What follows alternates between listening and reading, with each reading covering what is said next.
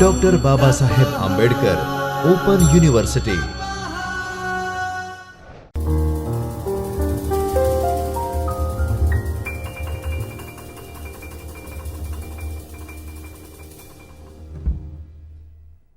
A very pleasant good morning who are currently watching to me. I Pragati Kachi and I welcome you all at Chaitanya Studio of Dr. Baba Saheb Ambedkar Open University. So friends, today we are going to study the new subject which name is Business Economics, BBAR paper code 104. In this lecture we are going to study about block number 1, that is Introduction to Economics, unit number 1, Nature and Scope of Economics. So we will start from the first slide. Before this, after learning this unit, you will be able to understand about the meaning and definition of economics, distinction between micro and macroeconomics, various problem of economy, basic terms of economics and specialized branches of economic studies. So we will start from the first slide. सबसे पहले हमें ये समझना होगा कि economics होता क्या है, राइट?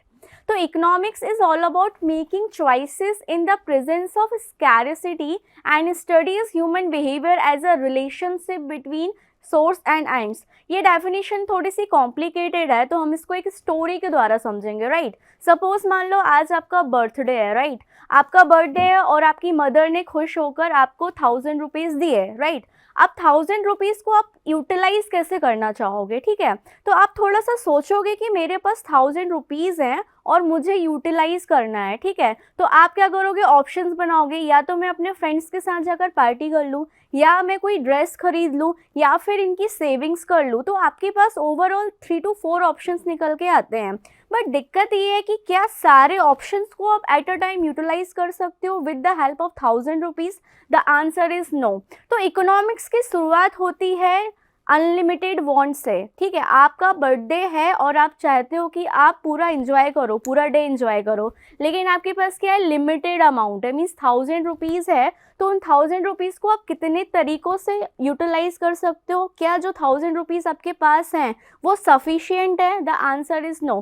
तो इकोनॉमिक्स की शुरुआत होती है बेसिकली 2 फंडामेंटल से। द फर्स्ट वन, ह्यूमंस की जो वांट्स होती है वो अनलिमिटेड होती है, उसको बहुत कुछ खरीदना है, बहुत कुछ करना है लाइफ में, लेकिन द सोर्सेस मीन्स मनी वो लिमिटेड होता है। तो इकोनॉमिक्स की शुरुआत होती है हमारी इस स्टोरी से। अब हम समझेंगे कि इकोनॉमिक्स का मतलब क्या होता है, ओके? तो इकोनॉमिक्स की डेफिनेशन में हम ये चीज़ समझ चुके हैं कि इकोनॉमिक्स क्या है। 2 फंडामेंटल प्रिंसिपल्स पे काम करती है। First one is unlimited human wants, second one is limited resources. We will come to discuss about 2 fundamental facts. The first one is human beings have unlimited wants and the means of satisfying these wants are relatively scarce from the subject matter of economics. Means आपके पास 1000 rupees थे, आपके पास 3-4 options थे, लेकिन at a time आप सिर्फ एक ही options को utilise कर पाओगे क्योंकि आपके पास लिमिटेड अमाउंट ऑफ मनी है, ओके? तो जो टर्म इकोनॉमिक्स है वो ग्रीक वर्ड ओकिनोमिया से स्टार्ट हुआ है, जिसका मतलब होता है household, okay? Economics is thus the study of how we work together to transform scarce resources into goods and services to satisfy the most pressing of our infinite wants and how we distribute these goods and services among ourselves। मतलब economics में हम क्या पढ़ते हैं कि हमारे पास जो limited sources हैं उनको ऑप्टिमम लेवल तक यूटिलाइज हम कैसे कर सकते हैं अपनी वांट्स एंड नीड को सेटिस्फाई करने के लिए। तो ओवरऑल कैलकुलेशन प्लानिंग जो होती है उसको हम बोलते हैं इकोनॉमिक्स। तो इकोनॉमिक्स में हमें 4 से 5 टाइप की डेफिनेशंस दी रखी हैं। एडम स्मिथ ने वेल्थ डेफिनेशन दी है, अल्फ्रेड मार्शल ने वेलफेयर डेफिनेशन दी है, रॉबिन्सन्स ने स्कैरिटी डेफिनेशन दी है। तो वन बाय वन हम सारे साइकोलॉजिस्ट इकोनॉमिक्स की क्या है थ्योरी को समझेंगे। तो first one is the Adam Smith wealth definition. Adam Smith को हम फादर ऑफ इकोनॉमिक्स साइंस भी बोल सकते हैं क्योंकि उनकी जो डेफिनेशन है उन्होंने वेल्थ को बोला कि ये साइंस है, ठीक है? तो 1776 में हमें एडम स्मिथ ने बोला था economic is an inquiry into the nature and causes the wealth of nation. मतलब उन्होंने क्या किया, मनी पर फोकस किया। Adam Smith insists that the economics deals with the acquisition, accumulation and expenditure of wealth.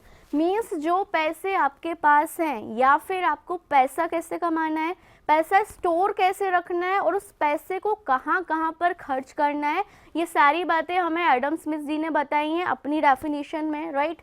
तो उन्होंने किन चीज़ों पर फोकस किया, उन्होंने बोला कि economics is the study of wealth only. हम पैसा और पैसे से रिलेटेड चीज़ों के बारे में स्टडी करते हैं, उसको हमने बोल दिया इकोनॉमिक्स है भाई। इट इज़ द नेचर और मीनिंग ऑफ वेल्थ, पैसा कैसे कमाएंगे, कैसे सेव करेंगे, मतलब पैसे की नेचर क्या है, what is the nature of money, वो सारी चीज़ें इन्होंने बताई। वो सिर्फ पैसों के ऊपर उन्होंने फोकस किया। उन्होंने ये बोला कि इंसान अगर सरवाइव कर रहा है जस्ट बिकॉज ऑफ मनी, तो वो पैसा कैसे कमाएगा, पैसा कैसे यूटिलाइज करेगा, इन सारी चीज़ों पे उन्होंने फोकस किया, ठीक है। लेकिन इस थ्योरी के कुछ क्रिटिसिज्म थे, बाकी लोगों ने अपोज किया कि सिर्फ पैसे के बेस पे हम नहीं बोल सकते हैं कि इसको हम बोल दें कि ये इकोनॉमी है हमारी कंट्री की, या फिर इसको हम बोल दें इकोनॉमिक्स, ठीक है। उन्होंने मनी की डेफिनेशन अच्छे से नहीं बताई हमको, ठीक है। उन्होंने वेलफेयर वाले पर्सपेक्टिव को साइड में रख दिया, ठीक है। उन्होंने ये बोला कि चॉइसेस जो हैं बहुत सारी हैं, but the resources is only money. तो ये सब क्या थे, क्रिटिसिजम्स थे। उसके बाद हमारे दूसरे इकोनॉमिस्ट आए, दैट इज़ मार्शल, जिन्होंने बोला कि आपके पास अगर पैसे हैं तो आपको वेलफेयर पर्सपेक्टिव के हिसाब से आपका पैसा खर्च करना है, राइट। तो अल्फ्रेड मार्शल ने हमको क्या बोला, इन्होंने हमें बोला economics is a study of mankind in the ordinary business of life, and then went to say economics examine that a part of individual and social actions connected with the attainment of the materialistic requisite of wellbeing. Means जो भी आप production करोगे, जो भी आप MRP की labelling करोगे, जो भी सर्विसेज दोगे, वो सोशल एंड इंडिविजुअल पर्सन के वेलफेयर ओरिएंटेड में होना चाहिए, ठीक है। तभी आप इसको क्या बोलोगे, इकोनॉमिक्स बोलोगे। Marshall's definition treats economics as a study of wealth on one side and a part of the study of man on the other, but more important sides। उन्होंने पैसे को भी वैल्यू दिया और उन्होंने बोला कि आपको इंडिविजुअल बिहेवियर, उसका बाइंग नेचर क्या है, मीन्स कंज्यूमर बिहेवियर पर भी स्टडी करनी पड़ेगी कि उसकी एट अ टाइम रिक्वायरमेंट क्या है। तो उन्होंने क्या किया, वेलफेयर एक्टिविटीज़ के ऊपर फोकस किया। अब इनकी थ्योरी के फीचर्स क्या हैं, इन्होंने क्या किया, किसी भी मैन की करंट नीड या रिक्वायरमेंट के बारे में फोकस किया। इन्होंने ये बताया कि हमको सिर्फ मनी पे फोकस नहीं करना, हमको मनी के साथ साथ इंडिविजुअल बिहेवियर, जो कि हमारा कस्टमर होता है, उसको प्रेजेंट में क्या रिक्वायरमेंट है, उसकी परचेजिंग कैपेसिटी कितनी है, क्या जो एमआरपी का लेबलिंग हमने लगाया है उस प्राइस पे वो पर्सन खरीद पाएगा कि नहीं, और जो प्रोडक्ट या सर्विस हम उसको ऑफर कर रहे हैं वो उसके वेलफेयर के हिसाब से है कि नहीं। ये सारी बातें हमें बताई अल्फ्रेड मार्शल जी ने। उन्होंने बोला कि we all are a social animals, ठीक है। हमारी कुछ सोसाइटल नीड होती हैं, हमारी जो बिजनेस की लाइफ है वो परपैक्चुअल एग्जिस्टेंस के साथ बॉर्न हुई है, लेकिन हमें क्या करना है, अपने प्रोडक्शन को कस्टमाइज करना है with the respect of customer need. अब हम बात करेंगे इस थ्योरी का क्रिटिसिज्म क्या है। उन्होंने क्या बोल दिया कि बिजनेस की जो लाइफ है वो ऑर्डिनरी है। उन्होंने बोला कि स्कोप जो है वो लिमिटेड है, हम हर प्रोडक्ट एंड सर्विसेज को सिर्फ ह्यूमन नीड एंड वांट्स के हिसाब से कस्टमाइज नहीं कर सकते हैं। ये सारी इस थ्योरी के क्रिटिसिज्म थे। उसके बाद तीसरे इकोनॉमिस्ट आए, दैट इज़ रॉबिन्स। उन्होंने क्या बोला, स्कैरसिटी डेफिनेशन को आगे रखा। उन्होंने बोला कि आप लोग ने जो थ्योरी दी है दैट इज़ फाइन, लेकिन इसके अलावा भी बहुत सारी चीज़ें जो इकोनॉमिक्स में आती हैं हमें समझनी पड़ती हैं। तो इन्होंने बोला economics is a study of the problem of choice. उन्होंने क्या बोल दिया कि इकोनॉमिक्स में हम स्टडी करते हैं प्रॉब्लम ऑफ चॉइस की, कि in how many ways you can spend your money which arise due to scarcity of resources in relation to unlimited wants। क्योंकि ह्यूमन की जो wants है वो अनलिमिटेड है, लेकिन लिमिटेड सोर्स के साथ हमने जो चॉइसेस बनाई हैं कि हम कहाँ पर पैसे खर्च करेंगे, इन सब के बारे में जब हम स्टडी करते हैं उसको हम बोलते हैं इकोनॉमिक्स। तो according to the lord Robin, economics is a science which studies human behavior as a relationship between ends and square means which have alternative uses। उन्होंने बोला ह्यूमन बिहेवियर की स्टडी करनी है, जो भी उसके पास पैसे हैं या लिमिटेड सोर्स हैं और जिनके थ्रू वो अपनी अनलिमिटेड वांट्स को सेटिस्फाई करना चाहता है, उसके बीच में जो कॉज एंड इफेक्ट रिलेशनशिप है हमें उसके ऊपर भी स्टडी करनी है। उन्होंने अपनी बुक में एक ऐसे लिखा, nature and significance of economic science, जिसमें उन्होंने क्लियरली लिख दिया कि अनलिमिटेड वांट्स को हम लिमिटेड रिसोर्स के साथ with the choosing a perfect alternative हम कैसे सेटिस्फाई कर सकते हैं। अब इनकी थ्योरी के कुछ फीचर्स थे, लाइक ह्यूमन एनिमल्स जो हैं हमारे अनलिमिटेड वांट्स के साथ बॉर्न होते हैं, ठीक है, लिमिटेड रिसोर्स हैं, हम उनको इन्हांस नहीं कर सकते हैं, लेकिन एक ऑल्टरनेटिव के बदले हम दूसरा ऑल्टरनेटिव जो बेस्ट ऑप्शन होता है उसको हम यूज़ कर सकते हैं। अपॉर्चुनिटी कॉस्ट के बारे में इन्होंने बताया, लेकिन इनकी थ्योरी के भी कुछ क्रिटिसिज्म थे। इन्होंने क्या किया, सोशल एस्पेक्ट को इग्नोर कर दिया। उनको कोई मतलब नहीं है सोसाइटी में क्या चल रहा है, सोसाइटी क्या चाहती है, हमारे प्रोडक्ट या सर्विसेज उनकी वेलफेयर के पर्सपेक्टिव में हैं कि नहीं, ये सारी चीज़ें उन्होंने इग्नोर कर दी। इसके बाद हमारे आए सैमुअलसन जी, ठीक है, उन्होंने क्या बोला, ग्रोथ ओरिएंटेड डेफिनेशन दी है इकोनॉमिक्स की, जिनमें उन्होंने बोला है कि economics is a study of how people and society end up choosing with और without the use of money, मतलब पैसे और पैसे के बिना भी लोग सोसाइटी के अंदर कौन कौन से ऑल्टरनेटिव ऑप्शंस को यूज़ करके सर्वाइव कर रहे हैं, इस चीज़ पे उन्होंने फोकस किया। To employ scale productive resources that could have alternative uses, means barter system की बात हुई है यहाँ पर। It produce various commodities over time and distribute them for consumptions now और in the future among various persons and groups in a society. मतलब उन्होंने बोला सिर्फ पैसे पे अगर हम फोकस करें तो उसको हम इकोनॉमिक्स नहीं बोल सकते। अगर किसी ऑल्टरनेटिव ऑप्शन के बदले हमें दूसरा एक अच्छा ऑप्शन मिल रहा है, ठीक है, बिना मॉनेटरी ट्रांजेक्शन किए भी हम क्या कर रहे हैं, सर्वाइव कर रहे हैं, सर्विसेज प्रोड्यूस कर रहे हैं, हमारा प्रोडक्शन बढ़ा रहे हैं, हमारी सेल्स बढ़ा रहे हैं, तो वो सारी चीज़ें भी हमारी इकोनॉमिक्स के अंदर आएंगी। अब इनके थ्योरी के कुछ फीचर्स थे, लाइक इकोनॉमिक रिसोर्सेज के बारे में बात की, मतलब मनी पे फोकस कम किया, बाकी रिसोर्सेज पे भी इन्होंने फोकस किया।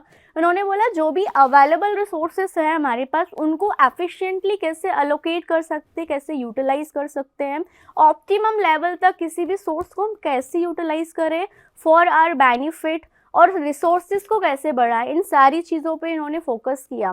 अब इस थ्योरी के कुछ मेरिट्स थे, उन्होंने रियलिटी से मिलवाया लोगों को, मींस जो हमारी इकोनॉमी है, इकोनॉमिक प्रॉब्लम है, इसके सॉल्यूशंस हम कैसे बनाएंगे, ये सारी चीज़ें अपनी थ्योरी में दी।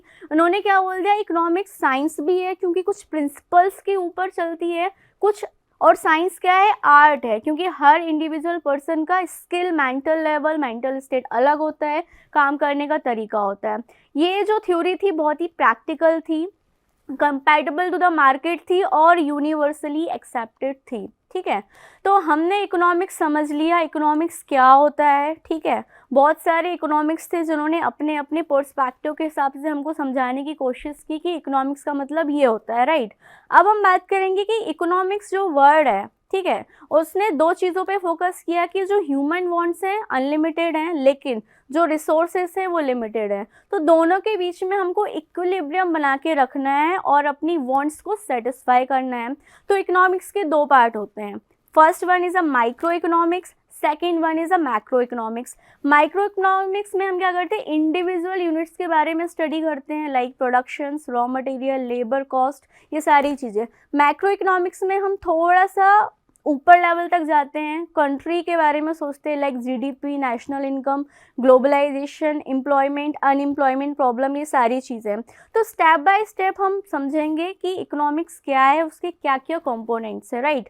तो अब हम बात करेंगे माइक्रो इकोनॉमिक्स की। माइक्रो का मतलब होता है स्मॉल, इकोनॉमिक्स मतलब हम समझ चुके हैं, अनलिमिटेड वांट्स हैं लेकिन लिमिटेड रिसोर्स हैं, और वो लिमिटेड रिसोर्स के साथ हमको अनलिमिटेड वांट्स को सेटिस्फाई करना है, right. Then micro economics is derived from the word that is a Greek, means micros, जिसका मतलब होता है स्मॉल, छोटा सा part. It deals with the analysis of small individual units of the economy such as individual consumer, individual firm and small aggregate और groups of individual units such as a various industries and market. Means market में हम क्या देखते हैं, बहुत सारे buyers होते हैं, बहुत सारे सेलर्स होते हैं। बायर से हम एज अ कंसिडरेशन पैसे लेते हैं और उसको इन रिस्पेक्टिव क्या देते हैं, या तो हम गुड्स देंगे या फिर हम सर्विसेज देंगे, ठीक है। तो हम क्या करते हैं, एक इंडिविजुअल बायर के बारे में अगर स्टडी कर रहे हैं कि उसको कितने अफोर्डेबल प्राइस में that person would be able to purchase और पर्टिकुलर प्रोडक्ट, ठीक है, या फिर हम किसी एक फर्म के बारे में बात करते हैं कि ये इंडस्ट्री है, इस पर्टिकुलर प्रोडक्ट का प्रोडक्शन करती है, तो छोटी छोटी यूनिट्स के बारे में जब हम स्टडी करते हैं तो उसको हम बोलते हैं माइक्रो इकोनॉमिक्स। अब इकोनॉमिक्स में हमें एक डेफिनेशन दी गई है, micro economics is a study of a particular firm. एक फर्म के बारे में स्टडी कर रहे हैं तो वो माइक्रो इकोनॉमिक्स है। Particular house hold, individual price, wages, income, individual industries and particular commodities, इसके बारे में हम क्या कर रहे हैं, ओवरऑल एनालिसिस कर रहे हैं, स्टडी कर रहे हैं, कॉज एंड इफेक्ट एनालिसिस के बेसिस पे क्या कर रहे हैं, मेजरमेंट स्केल्स बना रहे हैं, तो उसको हम बोलेंगे माइक्रो इकोनॉमिक्स। अब माइक्रो इकोनॉमिक्स की जनरल मीनिंग क्या है कि हम क्या कर रहे हैं, स्मॉल पार्ट है, स्मॉल कंपोनेंट के बारे में स्टडी कर रहे हैं। वो किसका पार्ट है, नेशनल इकोनॉमी का पार्ट है। ठीक है, तो जैसे प्रगति काची प्राइवेट लिमिटेड कंपनी है, ठीक है, मेरी एक मैन्युफैक्चरिंग यूनिट है, तो सबसे पहले मेरे अंदर ये क्वेश्चन आएगा कि वो मैन्युफैक्चरिंग यूनिट अगर मुझे डालना है तो मुझे पहले मार्केट की रिसर्च करनी पड़ेगी। तो मैं रिसर्च करने किसके ऊपर जाऊंगी, ऑफ कोर्स मेरे जो फ्यूचरिस्टिक कस्टमर्स हैं उनके ऊपर मैं स्टडी करूंगी। तो मुझे कंज्यूमर बिहेवियर के बारे में स्टडी करनी पड़ेगी, उसकी परचेजिंग कैपेसिटी मुझे पता होना चाहिए, उसको किस टाइप का प्रोडक्ट चाहिए, वो सारी चीज़ें मैं स्टडी करूंगी, उसके बाद अपना मैन्युफैक्चरिंग यूनिट डालूंगी। तो इस स्टडी को हम बोलते हैं माइक्रो इकोनॉमिक्स। माइक्रो इकोनॉमिक्स अगर हम पढ़ते हैं तो उससे हमें क्या क्या फ़ायदे हैं, हमें ये पता होता है कि जिस इकोनॉमी के अंदर हम काम करने जा रहे हैं वो काम चल पाएगा कि नहीं, या अगर हमें मार्केट में सर्वाइव करना है तो हमें किस तरीके से काम करना पड़ेगा। दूसरा, एफिशिएंट एलोकेशन ऑफ रिसोर्स, जो भी इन्वेस्टमेंट मैं करने वाली हूँ अपने प्रोडक्शन फर्म के ऊपर, ठीक है, लाइक लेबर हुआ, रॉ मटेरियल हुआ, इलेक्ट्रिसिटी, बिल्डिंग, मतलब प्रोडक्शन के जो फैक्टर्स हैं उनको मैं कैसे यूटिलाइज कर सकती हूँ, वो सारी चीज़ें मुझे पता चलेंगी। बिजनेस डिसीजन मेकिंग में मुझे पता चलेगा क्योंकि मैं R&D में पहले ही पैसा खर्च कर चुकी हूँ, मुझे कंज्यूमर का बाइंग बिहेवियर पता है, मुझे मार्केट का ट्रेंड पता है, तो उसके हिसाब से मैं डिसीजन लूँगी कि यार मेरा जो मैन्युफैक्चरिंग यूनिट है अगर एफिशिएंटली उसको यूज़ करना है तो there must be lots of buyers in the market जो मेरे प्रोडक्ट्स को खरीदेंगे और मैं फटाफट क्या करूँगी, सप्लाई करूँगी। तो माइक्रो इकोनॉमिक्स पढ़ने से हमें ये सारी चीज़ें पता चलती हैं जिसके बेस पे हम क्या करते हैं, डिसीजन लेते हैं। ठीक है, और जो भी मेरा प्रोडक्ट एंड सर्विसेज मैं ऑफ़र करने वाली हूँ वो इकोनॉमिक वेलफेयर के अंदर होना चाहिए। ऐसा नहीं है कि मैंने बॉम्ब बनाने की फैक्ट्री बना ली और मैं बॉम्ब्स बना रही हूँ और उसको सेल कर रही हूँ, तो क्या है, ये against the welfare of country हो गया, against the welfare of humanity हो गया। तो मुझे ये भी सोचना है कि मेरे गुड्स एंड सर्विसेज जो हैं वो सोसाइटी के वेलफेयर के अंदर है कि नहीं, ये सारी बातों का ध्यान रखना होता है। फिर हमें ये देखना है कि जो पब्लिक पॉलिसीज़ हैं हम उसका ध्यान रख रहे हैं कि नहीं रख रहे हैं, और जो एक्चुअल प्रॉब्लम है बायर्स की उसको हम सॉल्यूशन दे पा रहे हैं कि नहीं दे पा रहे हैं। अब माइक्रो इकोनॉमिक्स पढ़ने के कुछ डिमेरिट्स भी हैं, लाइक हम क्या करते हैं, कुछ ज़्यादा ही जनरलाइज हो जाते हैं कि नहीं ये रिक्वायरमेंट है, ये भी रिक्वायरमेंट है, फिर हम खुद ही कंफ्यूज हो जाते हैं कि हम करें तो क्या करें। ठीक है, हो सकता है जो हमने रिसर्च एंड डेवलपमेंट पे पैसा खर्च किया उससे जो डेटा निकल के आया हो वो अनरियलिस्टिक हो, तो हम क्या करते हैं, कुछ प्रिंसिपल्स हैं उनको ओबे करते हैं, उसके बेस पे डिसीजन लेते हैं। बट कभी कभी ऐसा होता है कि डेटा अगर गलत हमारे पास आया है तो हमारा डिसीजन भी गलत हो सकता है। अब हम बात करेंगे मैक्रो इकोनॉमिक्स की। माइक्रो में हम क्या कर रहे थे, छोटी छोटी यूनिट्स या फिर नेशनल इकोनॉमी का जो माइक्रो वाला पार्ट था उस पर स्टडी कर रहे थे। अब मैक्रो में क्या करेंगे, हम कलेक्टिवली स्टडी करेंगे। ठीक है, तो इकोनॉमिक्स में हमें मैक्रो इकोनॉमिक्स की डेफिनेशन दी है, it is a branch of knowledge, economics is concern with the observing, analysing and predicting human behaviour based on the distribution of square resources. मतलब हम क्या कर रहे हैं, कंज्यूमर सेटिस्फेक्शन के बारे में भी बात कर रहे हैं, लेकिन पूरी सोसाइटी के वेलफेयर के बारे में भी सोच रहे हैं। मतलब नेशनल लेवल तक चीज़ों को लेकर जा रहे हैं और सोच रहे हैं कि हमारा प्रोडक्शन कैसा होना चाहिए, हमारी सर्विसेज कैसी होनी चाहिए। ठीक है, the term micro in macro economics has been derived from the Greek word, ये वर्ड भी जो है ग्रीक वर्ड से लिया गया है। मैक्रो का मतलब होता है लार्ज, बड़े स्केल पे। In the context of economics, the term is used to imply larger economic concern. To be more specific, the branch of microeconomics is concerned with the economy, mostly national economies. मतलब हम क्या कर रहे हैं, GDP के बारे में सोच रहे हैं। ठीक है, एनुअल बजट के बारे में सोच रहे हैं। इंडिविजुअल पर्सन्स की इनकम बढ़ेगी तभी वो क्या करेंगे, टैक्स पे करेंगे। वो टैक्स पे करेंगे तो गवर्नमेंट को क्या हो जाएगा, एक सोर्स ऑफ इनकम जनरेट हो जाएगा। बेसिकली हमें ये पता है कि गवर्नमेंट जो पैसा कमाती है कैसे कमाती है, आरबीआई में नोट छापने की लिमिटेशन है। अगर कंट्री का हर पर्सन पैसा कमा रहा है और उसकी जो टोटल इनकम है वो टैक्स स्लैब के अंदर आ रही है, तो उस बंदे को कंपलसरी टैक्स देना पड़ेगा। ठीक है, वो हो गया आपका डायरेक्ट टैक्स। अगर आप कोई गुड्स एंड सर्विसेज प्रोड्यूस कर रहे हो, सेल कर रहे हो, तो उसमें क्या लगता है, हमारा जीएसटी लगता है। तो जीएसटी भी हम पे कर रहे हैं, इनकम टैक्स भी हम पे कर रहे हैं। तो ये टैक्स जा कहाँ रहा है, ये जा रहा है गवर्नमेंट के पास। ठीक है, तो गवर्नमेंट को इनकम हो रही है, फिर वही पैसा गवर्नमेंट क्या करती है, सोसाइटी के वेलफेयर के लिए डिस्ट्रीब्यूट कर देती है। नई नई योजनाएं लेके आ रहे हैं, फंड्स दे रहे हैं पब्लिक को। ठीक है, तो क्या है, ये मनी का सर्कुलेशन है। ये सारी स्टडी हम किसके अंदर करते हैं, मैक्रो इकोनॉमिक्स के अंदर करते हैं। अब मैक्रो इकोनॉमिक्स पढ़ने से हमें क्या फ़ायदा होता है, हमें फ़ायदा होता है, it helps in the planning and formulation of national economic policies.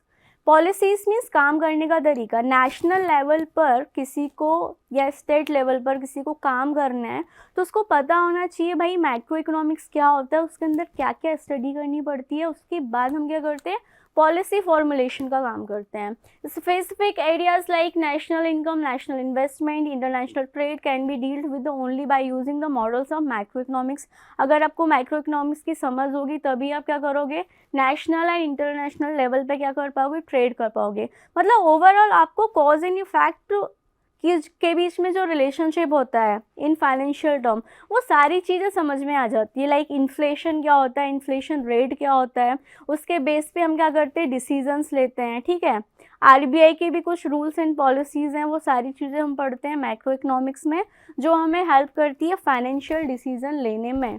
अब मैक्रो इकोनॉमिक्स पढ़ने के कुछ डिसएडवांटेजेस भी होंगे। वही डिसएडवांटेज जो माइक्रो इकोनॉमिक्स का है कि हमको अगर डेटा जो हमने कलेक्ट किया है वो गलत है, रॉन्ग इन्फॉर्मेशन है, तो उसके बेस पे लिया गया डिसीजन भी क्या हो जाएगा, रॉन्ग हो जाएगा। तो हमें बहुत सारी बातों का ध्यान रखना पड़ता है during the study of micro economics as well as macro economics. ठीक है, इकोनॉमिक्स की डेफिनेशन हमने पढ़ ली, इकोनॉमिक्स के पार्ट्स हमने पढ़ लिए। अब हम बात करेंगे नेचर ऑफ इकोनॉमिक्स की। इकोनॉमिक्स क्या है, economics is a social science. Social science क्यों बोला गया, क्योंकि ये सोसाइटी से रिलेटेड है, ह्यूमन से रिलेटेड है। ठीक है, उसमें हम क्या करते हैं कि एक पर्सन का दूसरे पर्सन से फाइनेंशियल टर्म्स या ट्रांजैक्शनल टर्म्स के बीच में रिलेशन क्या है। क्योंकि हमें क्या करना है, एक सोसाइटी में रहना है, सबके अनलिमिटेड वांट्स हैं, लेकिन क्या है, सोर्सेस लिमिटेड हैं। तो हम इकोनॉमिक्स में स्टडी करते हैं कि किस पर्सन की नीड क्या है और उस नीड को हम कैसे सेटिस्फाई कर सकते हैं। लाइक किसी को क्या चाहिए, हाउस होल्ड मटेरियल चाहिए। अब वो इंसान मैन्युफैक्चरिंग तो करेगा नहीं, डेफिनेटली वो ऑप्शन ढूंढेगा कि मैं जहाँ पे रहता हूँ वहाँ पे आसपास ऐसा कोई पर्सन हो जो हाउस होल्ड मटेरियल्स की सप्लाई करता हो। ठीक है, तो वो बंदा क्या हो गया, वो बंदा बन गया बायर, बेचने वाला बन गया सेलर। तो दोनों के बिहेवियर के बीच में जो हम स्टडी करते हैं, ठीक है, किस फेस पे जाकर कौन सा डिसीजन लेना है, कैसे ऑर्गेनाइज करना है चीज़ों को, मार्केट तक कैसे लेके जाना है, मार्केट में बाइंग कैसे करना है, सेलिंग कैसे करना है, ये सारी चीज़ें हम पढ़ते हैं। उसको हम बोलते हैं नेचर ऑफ इकोनॉमिक्स। अब नेचर ऑफ इकोनॉमिक्स को हम डिवाइड कर सकते हैं दो पार्ट में। इकोनॉमिक्स साइंस है और इकोनॉमिक्स आर्ट भी है। ठीक है, साइंस है तो वो एक पॉजिटिव साइंस भी हो सकती है, एक नॉर्मेटिव साइंस भी हो सकती है। दूसरी चीज़ है कि इकोनॉमिक्स क्या है, एक आर्ट है। ठीक है, इकोनॉमिक्स को हमने समझा कि वो दो फंडामेंटल प्रिंसिपल पे काम करती है। फर्स्ट, अनलिमिटेड ह्यूमन वांट्स, दूसरा लिमिटेड रिसोर्सेज। ठीक है, तो अगर हमारे पास सोर्सेस लिमिटेड हैं और हमें अपनी वांट्स को सेटिस्फाई करना है तो डेफिनेटली हम क्या करेंगे, प्लानिंग करेंगे। पॉजिटिव पर्सपेक्टिव में जाकर हमने प्लान किया कि 1000 रुपीज़ अगर हमारे पास हैं तो उसका बेटर यूटिलाइजेशन क्या होगा। ठीक है, तो उसको हमने बोल दिया साइंस, क्योंकि सिस्टमेटिकली हम चल रहे हैं। दूसरी चीज़ है आर्ट। अब मेरे पास 1000 रुपीज़ है तो मैं क्या करूँगी, फ्रेंड्स के साथ आउटिंग पे जाऊँगी। ठीक है, मैंने वो 1000 रुपीज़ पार्टी करने में निकाल दिया। ठीक है, तो ये मेरे ऊपर डिपेंड किया कि मेरा बिहेवियर ये है कि मैं पार्टी होलिक हूँ, ठीक है, लेकिन सामने वाला पर्सन उसको सिस्टमेटिकली यूज़ करना चाहता है, उसने बुक्स खरीद ली, उसने कॉपी पेन खरीद लिया। तो person to person need and utility क्या होती है, डिफर होती है, इसलिए इकोनॉमिक्स को क्या बोला गया, आर्ट बोला गया है। इकोनॉमिक्स को साइंस क्यों बोल रहा है, अब समझते हैं हम। In simple words, a science is a commonly defined as a systematic body of knowledge about a particular branch of the universe, ठीक है। कोई भी चीज़ हम सिस्टमेटिकली करते हैं, कुछ प्रिंसिपल्स के बेस पर डिसीजंस लेते हैं, ऑब्जर्व करते हैं फैक्ट्स को, चीज़ों को इवेल्युएट करते हैं, मेज़र करते हैं, एक्सप्लेन करते हैं, रिव्यू लेते हैं। तो ये सारी चीज़ों से गुजर के अगर हम कोई डिसीजन ले रहे हैं तो उस फिनोमेना को बोला जाता है साइंस। और इकोनॉमिक्स में भी ये सारी चीज़ें हम करते हैं, पहले ऑब्जर्व करते हैं मार्केट का सिनेरियो कैसा है, कितने कस्टमर्स हो सकते हैं हमारी फ्यूचर में, फिर हम क्या करते हैं, बजट बनाते हैं कि प्रोडक्शन कॉस्ट इतनी होगी, लेबलिंग, मार्केटिंग, ओवरऑल मिला के हमारा क्या मार्जिन इतना % निकल पाएगा, फिर हम वेरीफाई करते हैं, लोगों से फीडबैक लेते हैं। तो ये सारी चीज़ें, ये सारी एक्टिविटीज़ हम कर रहे हैं, इसलिए हम बोल रहे हैं इकोनॉमिक्स क्या है, एक साइंस है, ठीक है। आर्ट्स क्यों बोलते हैं हम, क्योंकि हर पर्सन का behaviour person to person differ होता है, सबकी चॉइसेस, लाइक्स, डिसीजंस लेने की कैपेबिलिटीज़ अलग होती हैं, इसलिए हम इकोनॉमिक्स को बोल रहे हैं आर्ट। ओके, आई होप आपको meaning, definition, characteristic, natures of economics समझ में आए होंगे। माइक्रो इकोनॉमिक्स, मैक्रो इकोनॉमिक्स का मतलब क्लियर हुआ होगा। For any further query and doubt, you can mail us at pragati.kachi@bau.edu.in. Have a knowledgeful day ahead. We will meet you soon in a next lecture. स्वाध्यायः परमं तप